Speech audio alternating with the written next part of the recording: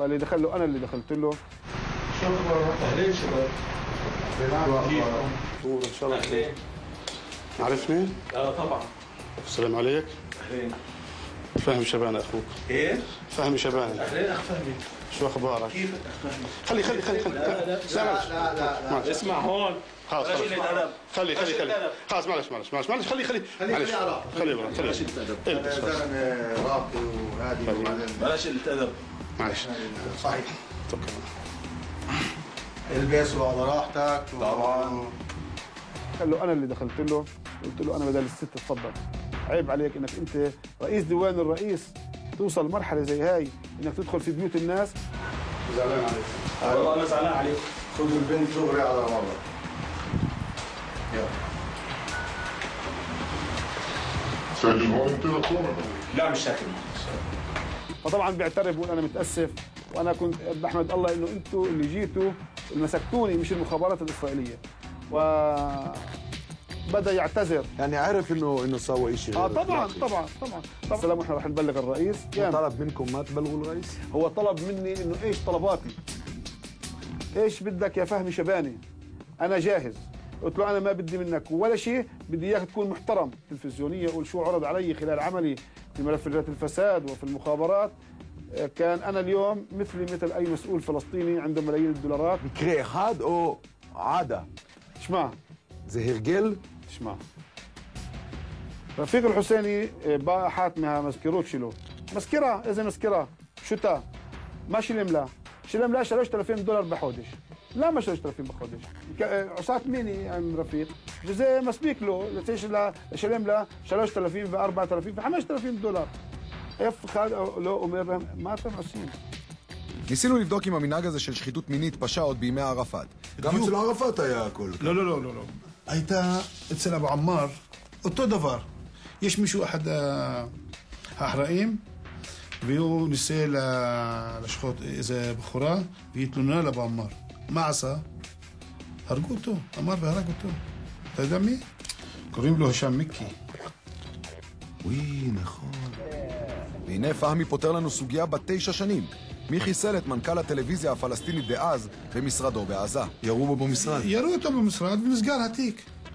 אבל רפיק אל-חוסייני התקדם בעבודה שלו. מה זה הבדל? למה הרגתם אותו? את הקלטות הללו מציג פהמי לאבו מאזן ואומר לו, תראה מה קורה אצלך בלשכה. אבו מאזן לא רק שלא מקדם את פהמי, אלא לאחר כמה ימים משטרת ישראל עוצרת אותו. לטענתו, הרל"ש המאוכזב, זה שמצולם בהקלטות, סידר לו מעצר בישראל. מי קבלן הביצוע?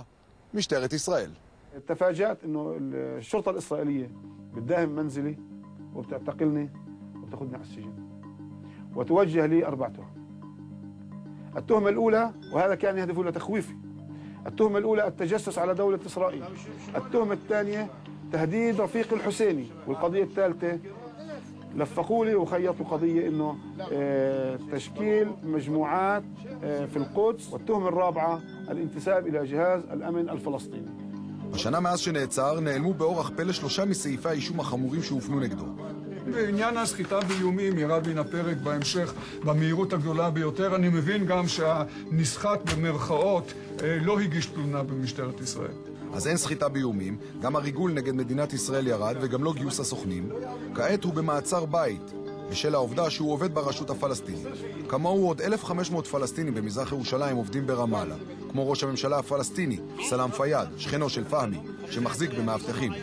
פהמי טוען שכל אלו שעובדים ברשות וגרים במזרח ירושלים עוברים על החוק, אבל רק איתו מתחשבנים. ישראל قدمت خدمة لرفيق الحسيني وقدمت خدمة للفاسدين، لأنه لو ضليتني في موقعي أنا بدون ضغط علي كان أنا بلزم وبجبر كل السلطة الفلسطينية إنه يقدموا هؤلاء الفاسدين للمحاكم. אתה יודע, הרשות אומרת לי, אל תאמין לפהמי, הוא יש בו יצר נקמה. יעני, הוא רוצה לנקום, אז הוא עכשיו עושה כזה דבר. אני מציע לך שתקבל את ההצעה שלהם, אל תאמין לי, אבל תאמין למסמכים והתמונות. אנשי אבו מאזן, הוא מספר, מציעים לו כל סכום כדי שישתוק, אבל זה כבר מאוחר. ישראל שם אותו במעצר, ובתווך עומד לו באומץ פהמי, שדווקא נותן לאבו מאזן עכשיו אולטימטום. למה אתה שומר על הנקיות? אתה הולך איתם, אתה לא חושף הכל. שאני מאמין שאני רוצה לתת להם הזדמנות שבועיים אחרי הקלטת ופרסום ביום רביעי.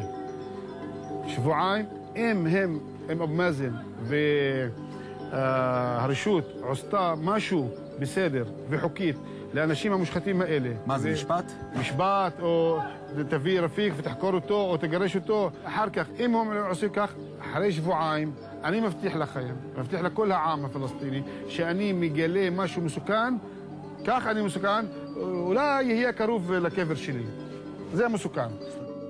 פעמי מציג תמונה של רשות מושחתת, מוסרית וכלכלית, השחתה שהפכה לשיטה בקרב בחיריה, ואלו שאמורים להוביל את הפלסטינים למדינה ולהסכם. שלום, הוא אומר, לא יהיה עד שננקה את התרבות הזו מתוכנו. في عندنا قاعدة شرعية بتقول حديث للرسول إن أعظم الجهاد قول حق عند سلطان جائر. ما باجي أقول إنه بدي أفجر في شارع يافا، وكان بقول أنا بفجر في مكتب الرئيس لما بقول إنه أنت إيه من الحرامية والفاسدين في مكتبك.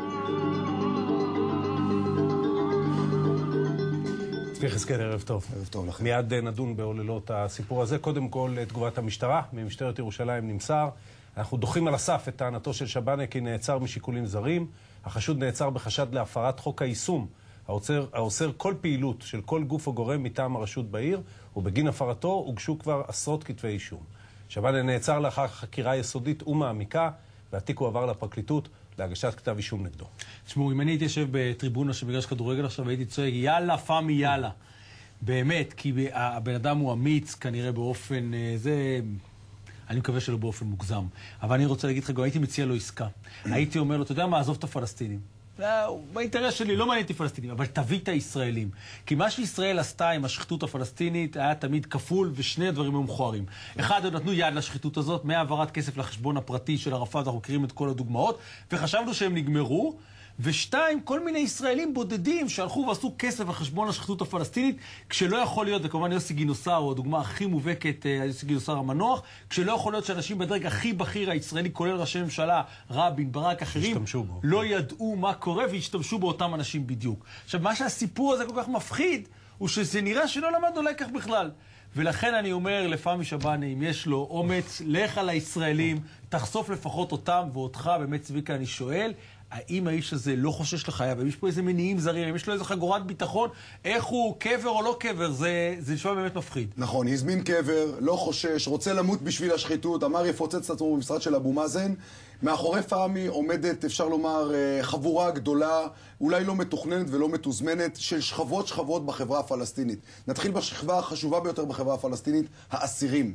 למשך כל הכנת הכתבה, אני כבר שבוע איתו, אני שומע אותו, מקבל טלפונים מהאסירים שאומרים לו, אל תפחד, תלך. חלק מהאנשים שמתנגדים גם לאבו מאזן דוחפים אותו. הרבה אנשים ברחוב, אני מדבר על שכבות של עורכי דין, אנשים שראו את השחיתות ולא יכלו לדבר, חיכו לרגע הזה שיקום המישהו האמיץ הזה ויצא לכלי תקשורת ישראלי. אף אחד לא רצה לפרסם את זה מכלי תקשורת הערבים, ולכן הוא הגיע.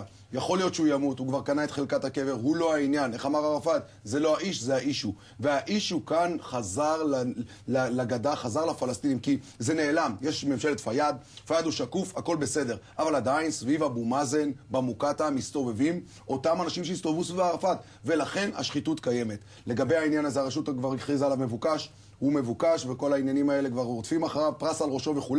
הוא לא מפחד, כי הוא יודע באמת פרס על ראשו? פרס על ראשו, חד וחלק.